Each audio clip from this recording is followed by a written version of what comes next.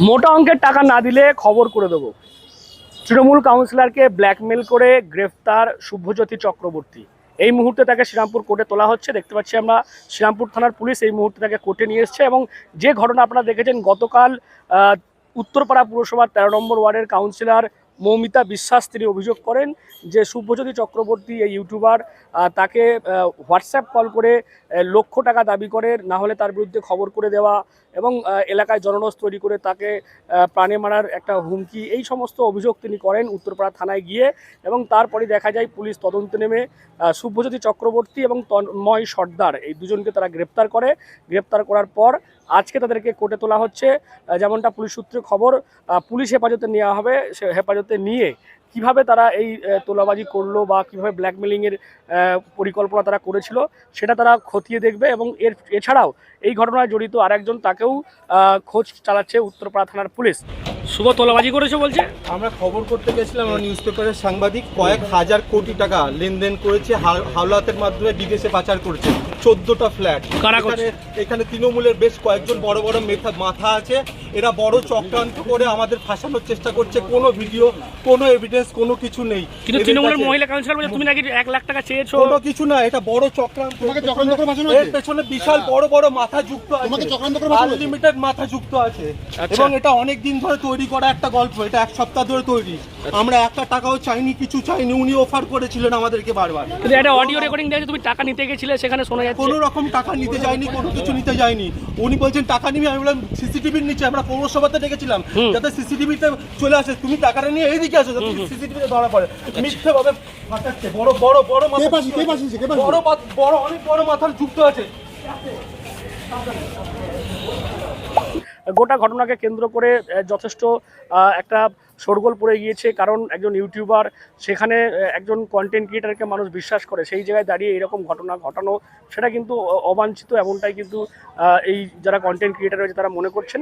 তবে ঘটনার নিন্দার ঝড় চলছে এবং দেখা যাচ্ছে রাজনৈতিক চাপনতরা চলছে। বিজেপির পক্ষ থেকে বলা হচ্ছে এতদিন আইনের শাসন ছিল না, যার কারণেই পার পেয়ে গেছিল এই শুভজ্যোতি চক্রবর্তী। কারণ আমরা দেখেছি যে 2024 সালে শুভজ্যোতি চক্রবর্তীর বিরুদ্ধে রিষড়া থানাতেও একজন মহিলা প্রিয়াঙ্কা রায় চৌধুরী নামে তিনি অভিযোগ করেছিলেন তাকে শ্লীলতাহানি, তার একেবারে নগ্ন অবস্থায় ছবি তোলা। সেই সময় কিন্তু তাকে গ্রেপ্তার করেনি পুলিশ। কারণ যেমনটা জানা যাচ্ছে সূত্র মারফত, তার তখন কিন্তু তৃণমূলের আমল এবং সেখানে তৃণমূল সাংসদ কল্যাণ বন্দ্যোপাধ্যায় সহ মন্ত্রীদের সঙ্গে তার একটা সম্পর্ক ভালো ছিল। সেই কারণ বা সেই প্রভাব খাটিয়ে তখন সে পার পেয়ে গেছিল। তবে বিজেপি ক্ষমতায় আসার পরে একেবারে আমরা দেখে যাচ্ছি যারা এই সমস্ত কাজ করছে, দাদাগিরি থেকে শুরু করে তোলাবাজি, দুর্নীতি, তাদেরকে কিন্তু পুলিশ গ্রেফতার করছে। এবং এরকমই ঘটনা উত্তরপাড়াতে এই ইউটিউবার শুভজ্যোতি চক্রবর্তী, তার বিরুদ্ধে অভিযোগ। মৌমিতা বিশ্বাস তিনি অভিযোগ করেন যে তাকে ব্ল্যাকমেল করা হচ্ছে, সেই ঘটনায় তাকে গ্রেফতার করা হয়েছে। যদিও আজকে কোর্টে ওঠার সময় যেমনটা শুভজ্যোতি দাবি করছে যে সে কোনো রকম কোনো অর্থ দাবি করেনি, উল্টে তৃণমূল কাউন্সিলর নাকি তাকে অফার করেছিল এবং পুরসভায় ডেকে তাকে ফাঁসানো হয়েছে। এবং আরও একাধিক কাউন্সিলর নাকি হাওলার মাধ্যমে টাকা বিভিন্ন দেশে পাঠিয়েছে, এমনটাও বিস্ফোরক অভিযোগ কিন্তু শুভজ্যোতির মুখে শোনা গেছে। তবে টাকা নেওয়ার কথা অস্বীকার করলেও আমরা একটি সম্প্রতি অডিও প্রকাশ্যে এসছে, সেখানে দেখা যাচ্ছে তৃণমূলের কাউন্সিলর কথোপকথন করছেন শুভজ্যোতি চক্রবর্তীর সঙ্গে। টাকা লেনদেনের যে বিষয় সেটা কিন্তু এই অডিও থেকে স্পষ্ট হচ্ছে। তুই টাকাটা নে, তুই নে না, এখানটা আসবি। বলা আছে কিচ্ছু না, সব বলা আছে, সব জায়গা ক্লিন করা আছে, সব কিছু করা। তুই এখানে দাঁড়া। এই শুভজ্যোতি দাঁড়া ওখানে,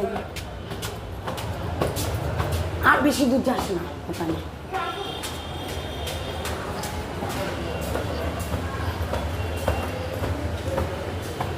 আর যাবো না ওইদিকে, এদিকে আয়।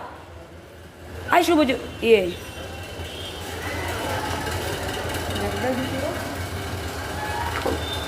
আমি কিছুটা দিয়েছি, পুরোটা পারিনি দিতে, আবার দেব। কোথায় তোর ব্যাংক? এইখানে কিছুটা দিয়েছি, আবার কথা হবে, আবার দেবো। একবারে তো পুরো পারিনি, ঠিক আছে? আমি কিছুটা দিয়েছি, আমি আবার কিছুটা জোগাড় করে আমি হোয়াটসঅ্যাপে কথা বলে নেবো। ট্রাস্ট কর আমার ওপরে। পাশাপাশি শুভজ্যোতি চক্রবর্তীর মা বলছেন যেহেতু শুভজ্যোতি এই সমস্ত খবর করে ফেলছিল, যার কারণেই টার্গেট হয়েছিল এবং সেই কারণেই তাকে ফাঁসানো হয়েছে, এমনটা শুভজ্যোতির পরিবার অর্থাৎ তার মা বলছে। তবে পুলিশ যেমনটা জানাচ্ছে যে এই ঘটনায় দুজনকে গ্রেপ্তার করে আজকে পুলিশ হেফাজতে নেওয়া হবে এবং তারপর তদন্ত করে এর সঙ্গে আর কারা জড়িত রয়েছে। ইতিমধ্যে আমরা জানতে পেরেছি যে একজন মহিলা রয়েছে, তাকেও খোঁজা হচ্ছে এবং কিভাবে তারা এই ব্ল্যাকমেলিং প্রক্রিয়া বা পরিকল্পনা তারা করেছিল এবং আরও কারো কাছ থেকে এরকম তারা ব্ল্যাকমেলিং করেছে কিনা বা তোলাবাজি করেছে কিনা সেই সমস্ত বিষয়টাও কিন্তু খতিয়ে দেখছে চন্দননগর পুলিশ কমিশনারেটের উত্তরপাড়া থানার পুলিশ। আপনারা কি বলবেন এই বিষয় নিয়ে? অবশ্যই কমেন্ট বক্সে। এরকম আরও খবর পেতে নজর রাখুন ডিএনএন বাংলায়। ডিএনএন বাংলা সবার মনে, সবার ফোনে।